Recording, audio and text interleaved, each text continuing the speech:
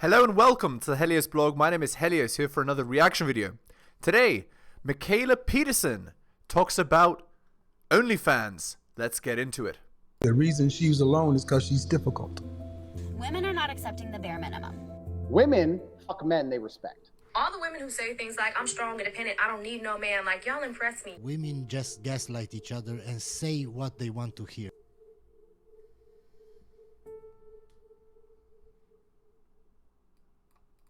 You have a lot of thoughts on OnlyFans.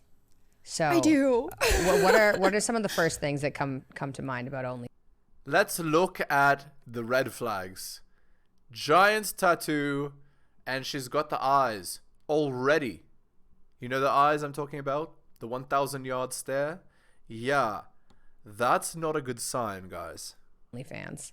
The first thing that comes to mind for me is, if you're a grown woman and that's something that you want to do, by all means. I do not want to infringe on people's right to go and do that. Where I took issue with that platform in particular was being on social media and seeing it pushed so hard for young women, saying that this is not only is this a career alternative, but this is something that's going to make you hundreds of thousands, if not millions of dollars, which is a lie for the most part. Of course. Indeed. OF is a lie.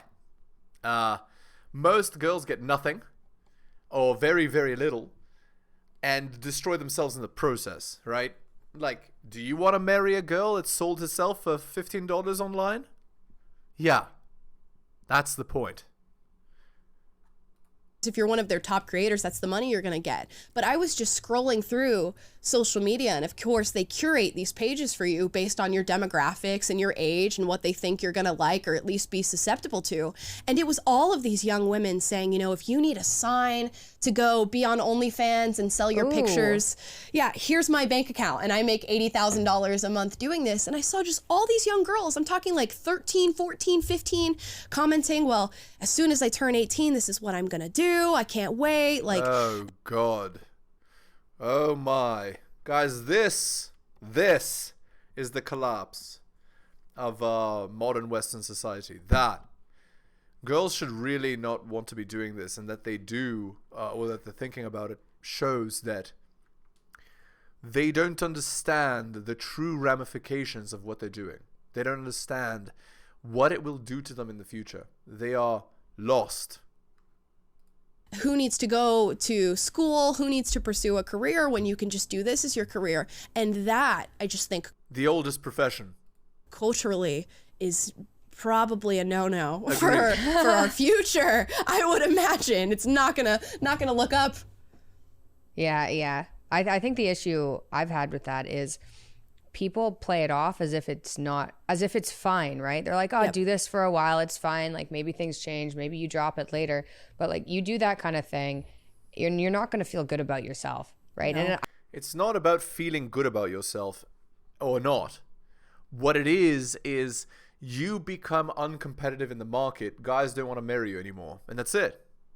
Nobody's going to want to marry a girl like that. They're going to use you for fun only. That's the problem. Shilling time. Hit the sub, hit all for notifications, drop me a donation like Hunter M, Adrian On, Tom M, shout outs to them. You just click more underneath the video.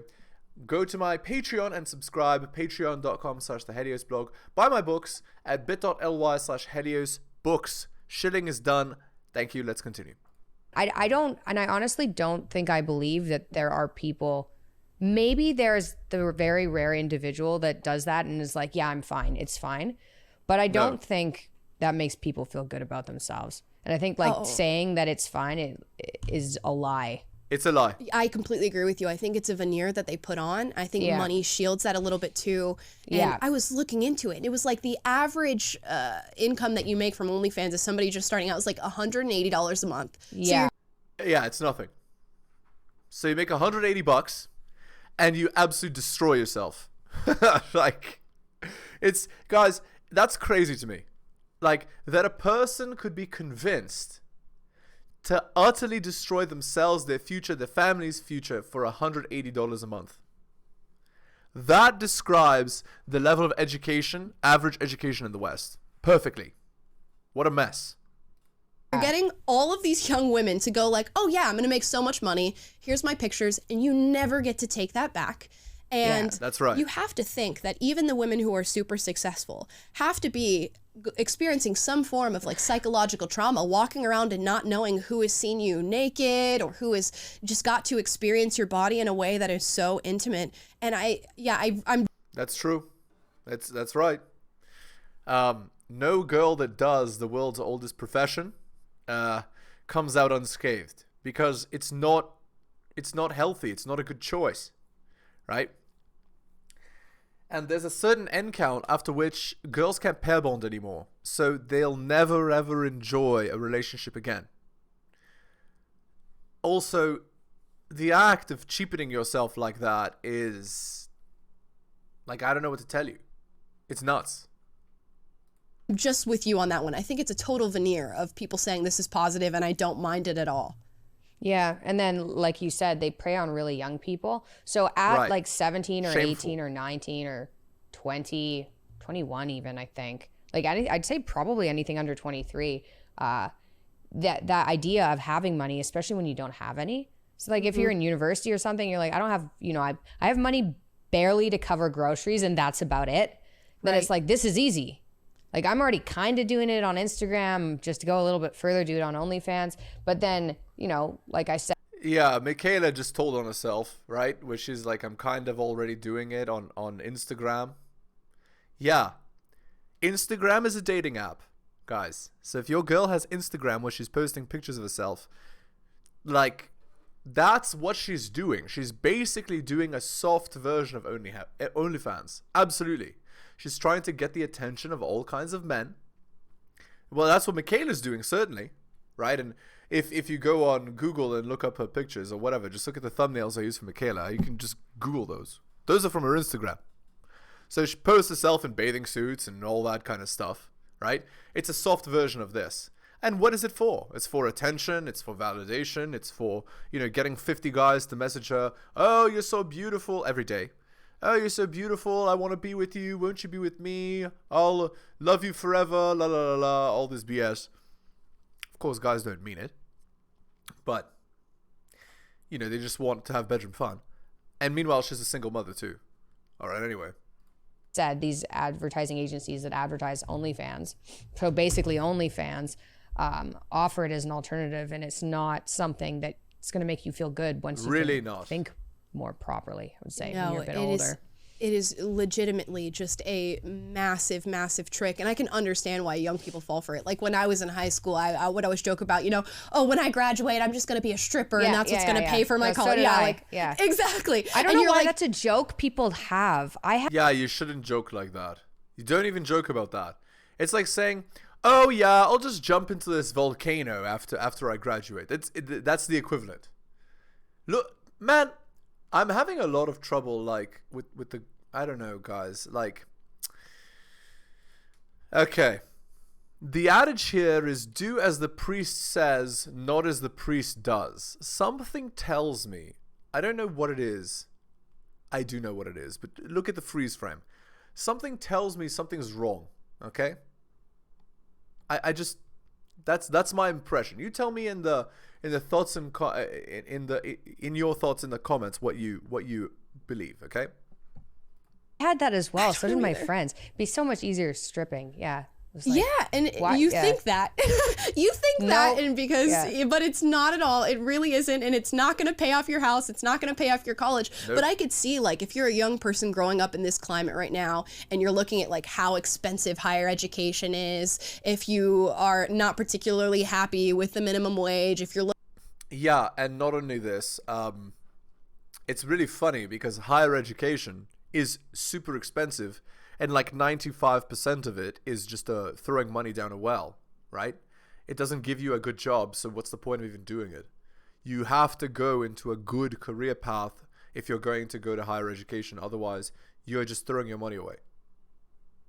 Looking at how devastatingly difficult it can be to buy a house, how you'd be like, oh, I'll just sell my body for a few years and then we'll forget about that and move on. But you don't move on. That's the thing. You never move on.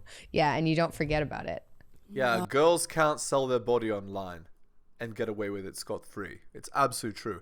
And I would argue that girls can't make an Instagram and, you know, have the attention of men and, you know, sleep around and have roster dating or whatever you call it nowadays and come away scot-free, which is a soft version of this.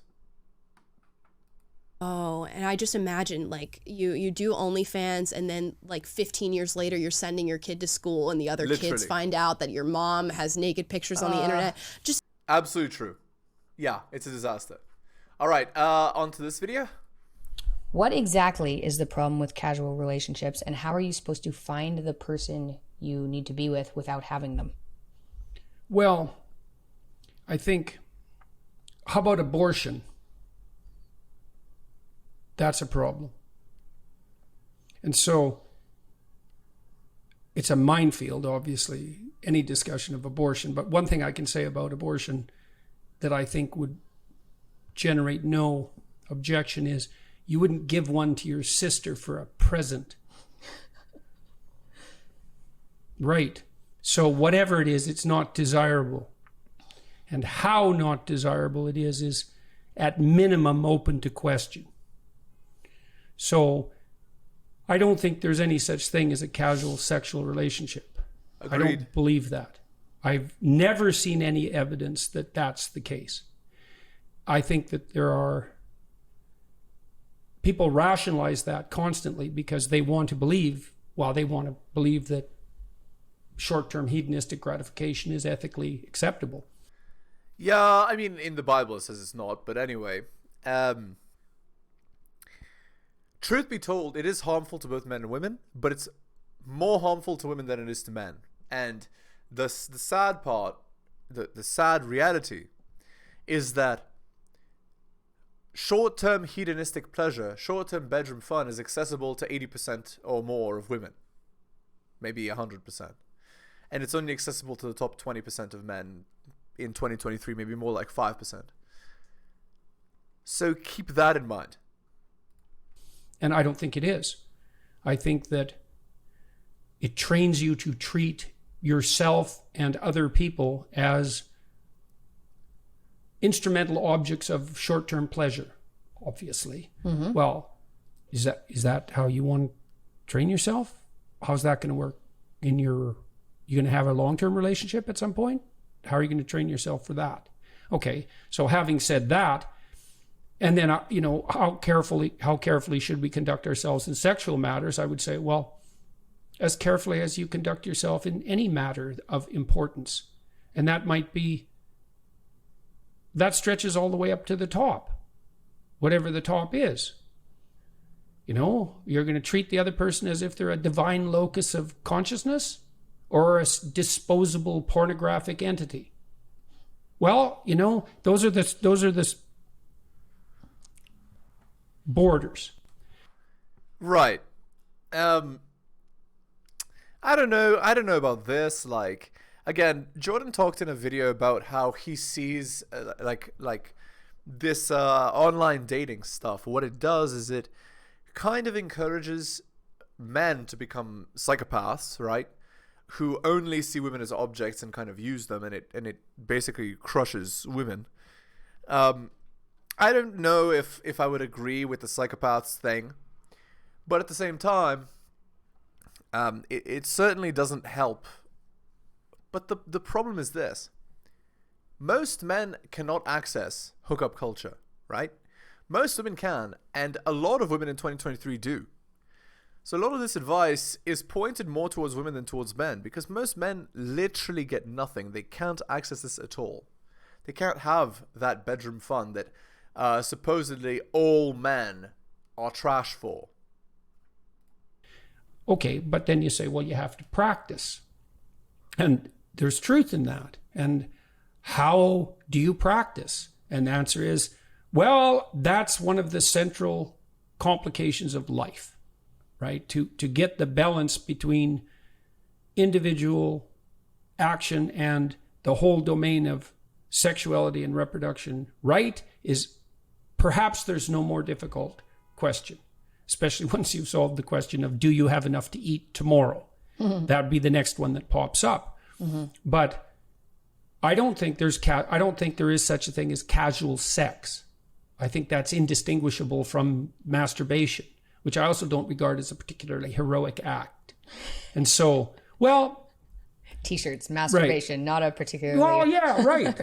act. And I think people have that sense, and I don't think that that's culturally instantiated, because in some sense we've done everything we can to eradicate every last vestige of sexual shame, which I think in the final analysis is impossible, because there are all sorts of reasons for the persistence of sexual shame. Yeah, girls shouldn't be out here having casual bedroom fun. It makes them not a good bet for paternity, so you shouldn't do it. Guys are praised for being able to have multiple partners called studs. And, I mean, it's very hard to do, so I'm not surprised guys get praised for it. Although nowadays, girls are making a trend of shaming men as much as possible if they are studs, even though those are the only guys that women sleep with, hilariously. So there you go. That have nothing to do with cultural context. And still, it's a furtive and underground activity. And the reason for that is because it's suboptimal for all sorts of reasons. Well, how much motivation does a young man need to overcome his fear of rejection and establish a relationship with a woman? And the answer to that is, we don't know. A lot. But sexual deprivation could easily be part of it. Because to do something difficult, you need a lot of motivation. You need frustration working for you. You need fear working for you. You need lust working for you. You need loneliness working for you. To bind a man and woman together, especially if they're going to produce children, this is a very, very difficult thing to do successfully. And so anything that interferes with that is to be viewed with extreme skepticism. And that's undoubtedly part of the reason that shame around hedonistic sexual activities remains a constant, despite our best attempts to eradicate it. Yeah, and what best attempts there are. OnlyFans, for example, Instagram, basically every social media source you can imagine, all of them touting how good, going out and roster dating or dating multiple dudes or sleeping with multiple dudes is, and how it's so great and empowering and you're strong and independent for doing it. I think I would also say, just from my experience growing up, especially in university, it's not like it's seen on the outside having casual sexual relationships as this fun thing. Mm-hmm. It's not fun. No. And She's telling on herself. Nobody thinks it's fun, especially women. So if you're around other girls and they're like, oh yeah, I hooked up with this guy. None of you guys are actually enjoying that. Yeah. Right? And I think that's a... Yeah, but here's the thing. Here's why they're not enjoying it. They're shooting above their price range. Sorry, I'm mixing metaphors here. They're punching above their weight class. They're going after guys that are too good for them. They all want the top 5%. And because they all want the top 5%, the guy has a smorgasbord of options. And because he has so many options, he doesn't have to pick one. And because he doesn't have to pick one, the girls are miserable. So the takeaway is, don't choose apex men unless you're an apex woman. And how do you know you're an apex woman? Fit, feminine, cooperative, bedroom fun, loyal, and submissive. Do you know how to please a man? Do you know how to cook? Do you know how to clean? Do you know how to dress? Do you know how to act? If you don't know even one of these things, well, he's only going to want you for bedroom fun. And so why are you going into that situation? Humility, self-understanding. These are the things that will make women happy. In the long term, if they actually self-analyze and think about what they actually need and what they need to do to be successful. Lie that women tell each other. Why? I think because they think other people don't care. And because if you do it, it makes you feel bad enough that you're like, well, I don't want to look at that. Whatever's going on there, like maybe me feeling bad is not healthy. Right. Like I'm not, and it means there's it's something bad. wrong with you. Yeah, or there's something wrong with you, right? And so it's like, And it's unpleasant enough that you're like, well, I'll just, keep going. It's already happened. There's nothing I can do about it. So it might as well be okay, because what am I going to do about it if it's not okay? She's telling on So herself. and then, and I think this is pretty common for women in university to hook up with people, right? It's called hookup culture. There's Tinder, like it happens. But Yeah. Who participates in hookup culture? 95% of women in 2023 and the top 5% of men. So, who's doing more wrong here, men or women? like for anybody out there who's thinking maybe I don't want to do that, it's not fun. It doesn't make you feel good. It's really makes you really lonely, right? It's not a good idea. Why do you think it makes you lonely? I think because what you're looking for is connection with somebody. And you're, so what you're does that getting mean? this physical connection, and you're not getting any emotional connection. And it's... Actually, it's worse than that. Women, especially if they're with a Chad, they experience immediate oxytocin release, right? So they pair bond to Chad, and Chad feels nothing for them because he has a million options. So the women want desperately to be in a relationship with this guy, and he feels nothing for them. And so they end up destroying themselves. That's what actually happens. Because for women, bedroom fun and connection is indistinguishable. So they're literally giving a man the highest honor they can give him, which is the opportunity to have a child, right? That's the greatest honor that a woman can give a man, right? And they're giving it to a guy that literally doesn't even care. That's the point. And it destroys them.